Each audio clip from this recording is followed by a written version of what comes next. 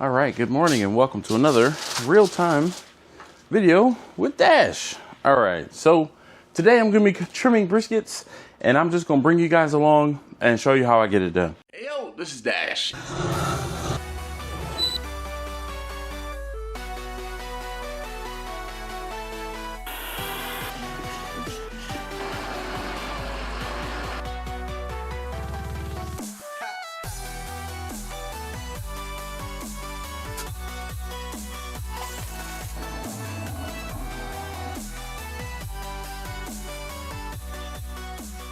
Get ready. I know I've done some brisket trimming videos, I won't say in the past, but I do brisket trimming videos, I feel like, all the time. But I know that this is someone's first time watching one of my videos. So I'm going to show you how I get it done for my catering. And I'm going to trim these two briskets. Let's say I can get this done in under 10 minutes. Are you serious? All right. So first things first, I have two briskets. These are a little under 14-pound briskets. Brisket is getting too expensive, so kind of had to trim down the price a little bit. So, or trim down the weight, the size, because of the price. Anyway, usually, or what I typically do is I'm going to start on the underside of the brisket and trim under. I'm not going to worry about getting all of this off. Any of this egregious amount of fat, you see I'm lifting up from the underside and just pulling off these pieces of fat here. Those will not really do much of anything. So we're just going to get those off. Trim that. Now this is not a competition brisket, so I'm not worrying about getting every little bit of silver skin. It'll be okay. I'm telling you, trust me. When you see these briskets on the tail end, you can be like, oh, see, it didn't matter.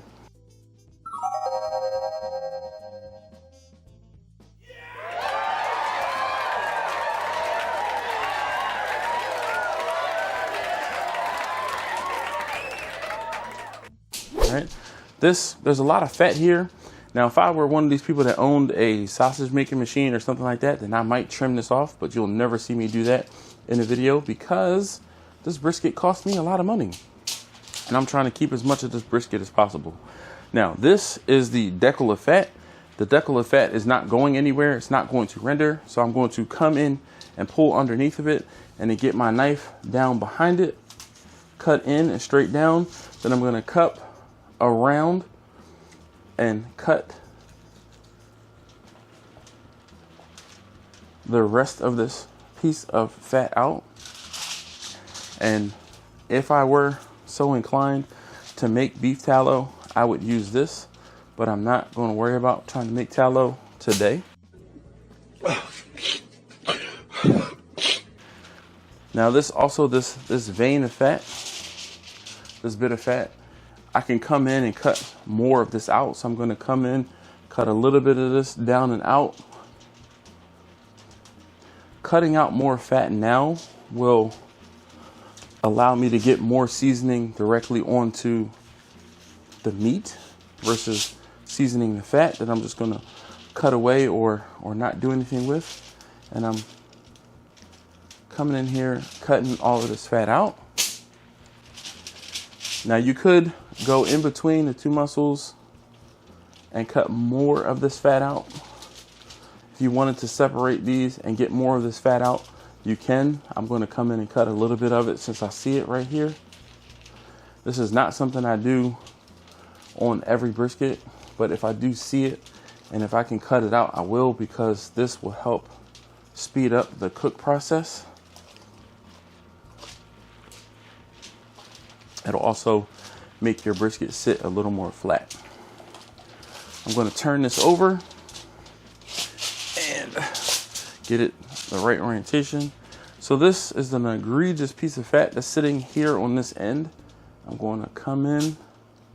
Now my knife, I am cutting towards my hand, but I'm trying to keep the knife down towards the meat so that in case it does run or slip or anything like that, it's not flying up at my hand. I'm going to, again, I trim my briskets rather aggressively because in my area, folks don't want to pay for fat. So there's another pretty egregious piece of fat right here. I'm going to come in and slowly, carefully trim that off and out. Let's get this up out of the way.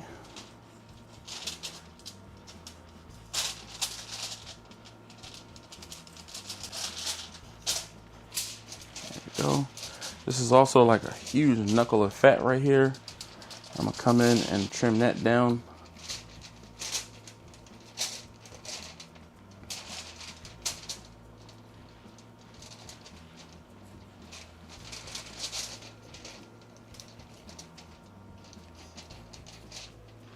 All right, so this brisket, I'm feeling for it to see if there's any more fat in here that I need to take out. There's a little more fat down in here.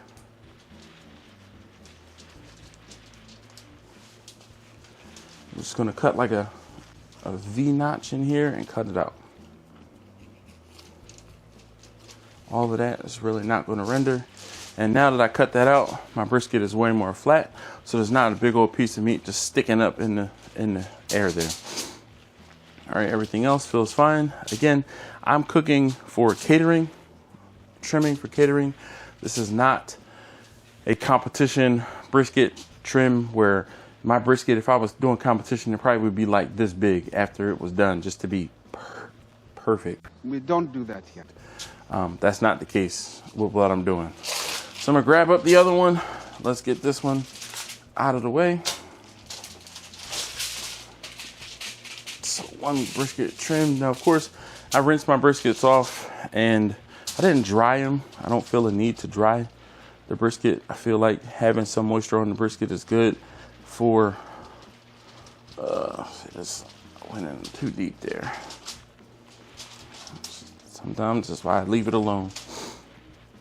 The knife just went not where I wanted it to go. Anyway, all right, so I'm gonna come in, same thing, come in here, put the knife in and down, and when you've done this a few times, you can feel where that fat is and cut the fat specifically out.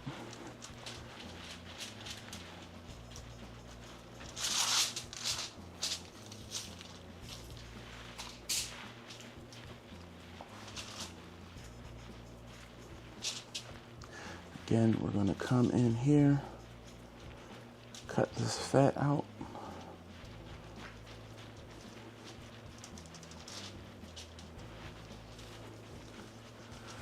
Sorry with the, I can't turn this around to give you a better view because I'm trying to make sure that I don't cut myself or anything like that. So I need to be able to see it the best way possible.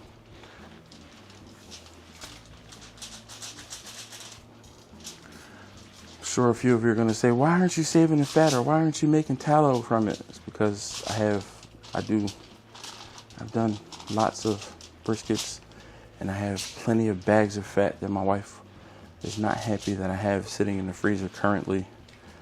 So if I don't put any more in the freezer, I don't have to hear any more grief. All right, so there's the underside done. I'm gonna flip this guy over.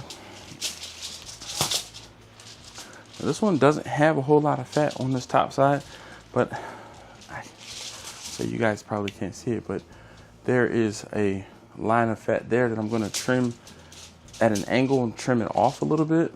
So I'm going to come in and get this down.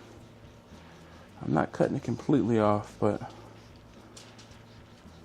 once it is cooked, that bit of fat will just kind of sit on that edge. And even still, there's more fat on this edge that I'm going to come and trim off. Now, if you can sell this fat to your customers, you know, or your family, if they don't, I'll say if they can appreciate that, then by all means leave it on there. But where I am, again, my customers don't want to pay for it. So this is one of the, this is a big old cut gash in the brisket. This is what you have to deal with.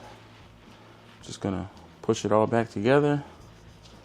Now we'll make sure I get some seasoning down in there since it is available for me to season.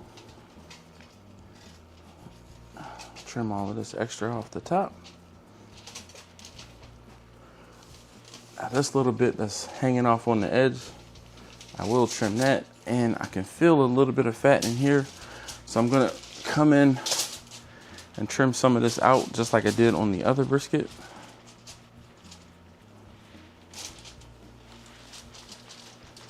The same exact way.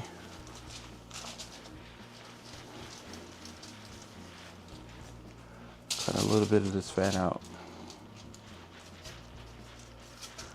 Now this fat is, it's not, it is definitely, I'd say, dense. So I am having to put some pressure in here to get the knife down in here.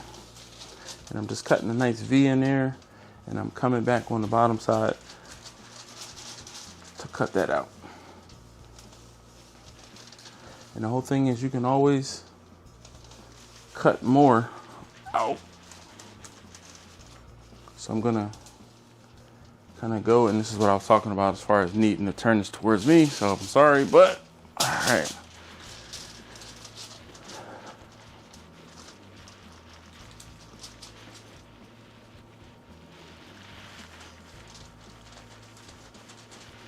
The whole thing is I'm just kind of scooping this fat out as I'm cutting.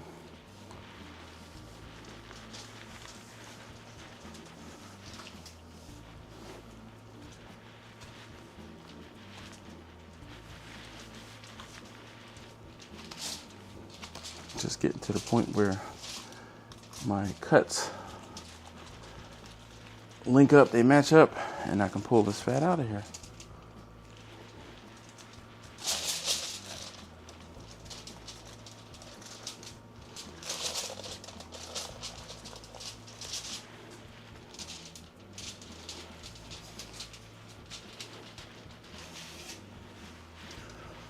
Whew.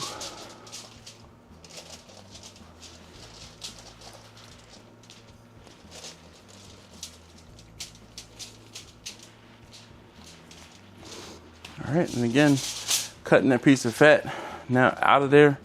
This is way more flat, and there's still a little bit more in this corner I could probably dig into. But the whole point is I'm trying to get this done in the, say, the least amount of time possible. All of this fat here, we're gonna cut it off.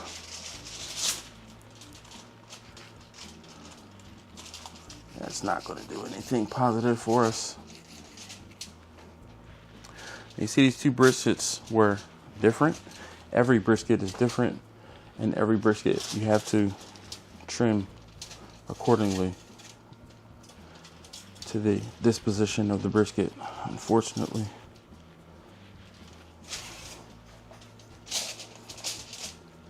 All right, there you go.